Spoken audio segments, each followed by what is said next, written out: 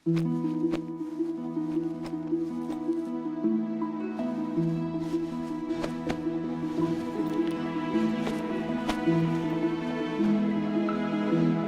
ദിവസത്തേക്കെങ്കിലും നമ്മൾ മാറി നിൽക്കുന്നതേ നമ്മുടെ പച്ചക്കറി കടയ്ക്ക് പ്രശ്നമാണ്. 2 ദിവസം തുടർച്ചയായി കട അടച്ചിടുക എന്ന് പറഞ്ഞാൽ അത് വലിയ നഷ്ടമല്ലേ? അതിനുള്ള ഏർപ്പാടൊക്കെ ഞാൻ ചെയ്തിട്ടുണ്ട്. ഒരു പയ്യൻ വന്ന് രാവിലെ കട തുറക്കും. നടക്കുന്ന കച്ചവടം നടക്കട്ടെ. കൂട്ടിയിട്ടല്ലേ പച്ചക്കറിയൊക്കെ ചീത്തയാവും.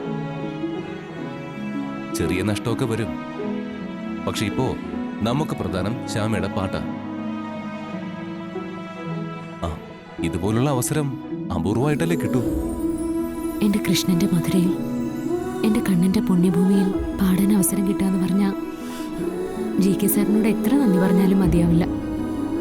മോളെ ഇതുകൂടി വെച്ചേക്ക്. നല്ല തണുപ്പുള്ള സ്ഥല.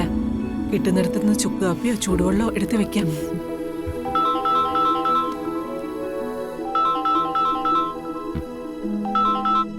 ഹലോ, ക്ഷേത്രത്തിൽ നിന്ന് ശങ്കരനാ. മനസ്സിലായി. എന്താ വിളിച്ചേ? വാസുവേട്ടനെ പോലീസ് കൊണ്ടുപോയി. പോലീസ് കൊണ്ടുപോയിന്നോ? കൃഷ്ണന്റെ തിരുവാഭരണം രാത്രി മോഷണം പോയി.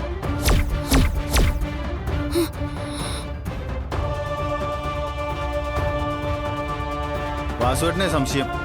ആളെ പോലീസ് പിടിച്ചുകൊണ്ടുപോയി.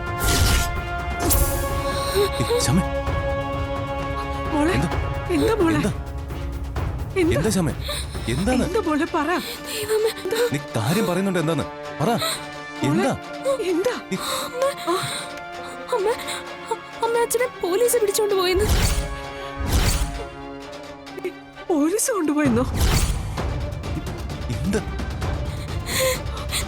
തിരുവാഭരണം മോഷണം പോയെന്ന്. അച്ഛനെ സംശയം. അല്ല, ആരാ എന്താന്ന് വ്യക്തമായിട്ട് അറിയാതെ അച്ഛനെ പോലീസ് കൊണ്ടുപോകുന്ന വെച്ചാ? എന്താന്ന് എനിക്കറിയില്ല. എന്റെ കൃഷ്ണ, എന്ത് പരീക്ഷണ. എനിക്കിപ്പോ വാസുവേട്ടനെ കാണണം. എന്താ സംഭവിച്ചെന്ന് എനിക്കൊന്ന് അറിയണം.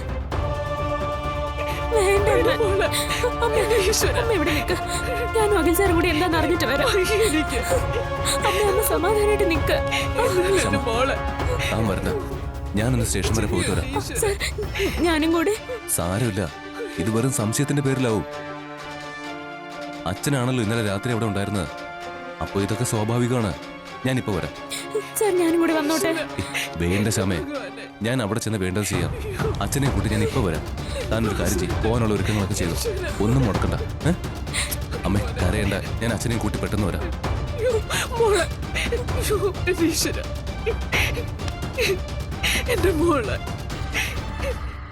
കണ്ണാ, നിന്റെ അടുത്തേക്ക് ഞാൻ വരാനിരുന്നപ്പോ നീ വീണ്ടും എന്നെ പരീക്ഷിക്കുകയാണോ?